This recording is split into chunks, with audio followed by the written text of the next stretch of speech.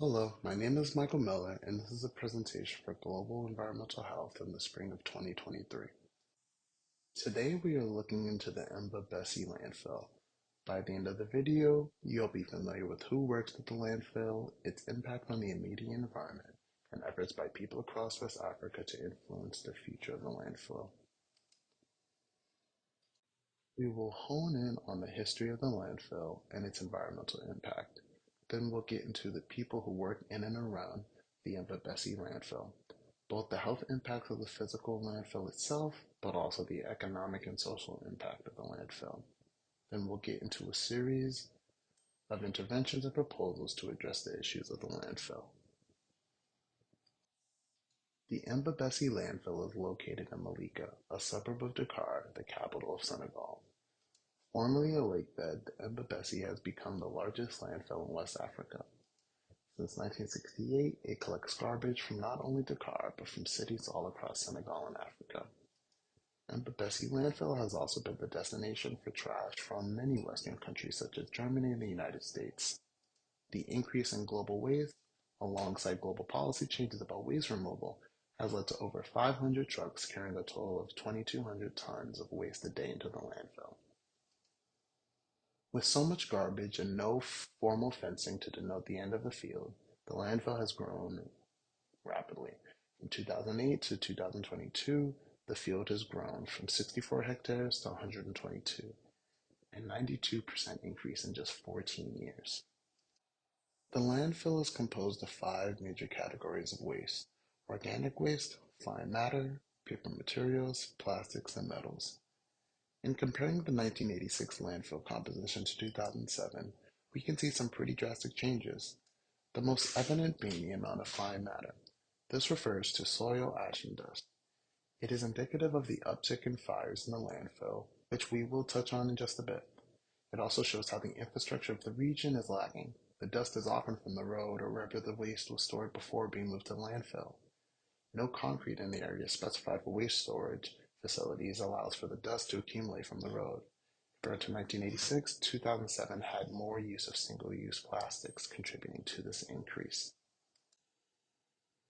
Most of the people who live near landfills are people who may have lived in a larger city in the past, but have since had to migrate due to the city life being too expensive. Of those that live close by the landfill, 4 out of every 10 work in the landfill. As the figure 6 shows, while the landfill work is dominated by men, with 55% of all the men in the region working in the landfill, there are also women and young boys involved in finding the valuable materials in the landfill. Having multiple members of the household involved in scavenging the landfill is especially important when the typical wage is only $1.70 a day. Working under these wages, the dissatisfaction in the community is evident. 68% of landfill workers are dissatisfied with their health care, 70% with the amount of food they receive, and 75% say the amount of money they make in total just is not sufficient for living in the area. To begin an analysis of the environmental hazards, it begins with the fact that the materials that come to the Mbeubeuss landfill are not required to be treated beforehand. Therefore, hazardous waste may accumulate and may not be tracked by the people who work there. It may even run off into the water. In a sample taken in 2008 of the water near the landfill, they found salmonella, the amoeba responsible for diarrhea, and the bacteria for colitis. Secondly, some of the most cost-effective materials to harvest from the landfill are the metals. This produces hazards in multiple ways. In many instances, the metal itself may be toxic, like lead, or the other substances used in procuring the metal, like mercury, is toxic even if the gold itself isn't. If iron is desired, then tires can be burned, as they have a high amount of iron that can be procured once in ashes. This is doubly harmful because not only are the fumes toxic, but strips of the waste in the landfill and people's homes may become affected because there isn't a barrier to protect the people from the landfill byproducts. There have been a number of different interventions proposed to help deal with the hazards presented by the landfill. One that is appreciated by all is creating a plumbing and water treatment system for Malika. In doing so, contaminated water will not affect the water from those pipes, preventing a whole host of diseases. Another intervention that can be used to make sure that children are not involved in the landfill is instituting a minimum age to work. This ensures that they have reduced chances of poisoning from the hazards in the landfill. Finally, those in the Senegalese government have been proponents of converting the landfill into a waste sorting center.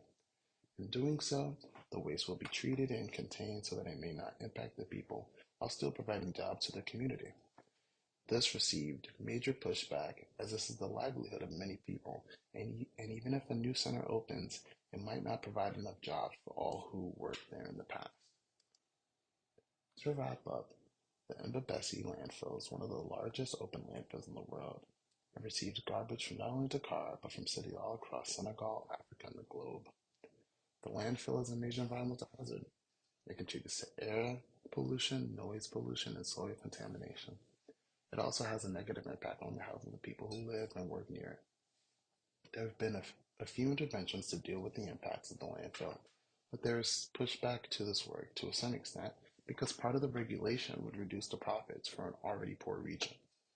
The landfill is a complex problem with no easy solutions. However, through increased awareness and funding, the community can work towards finding solutions.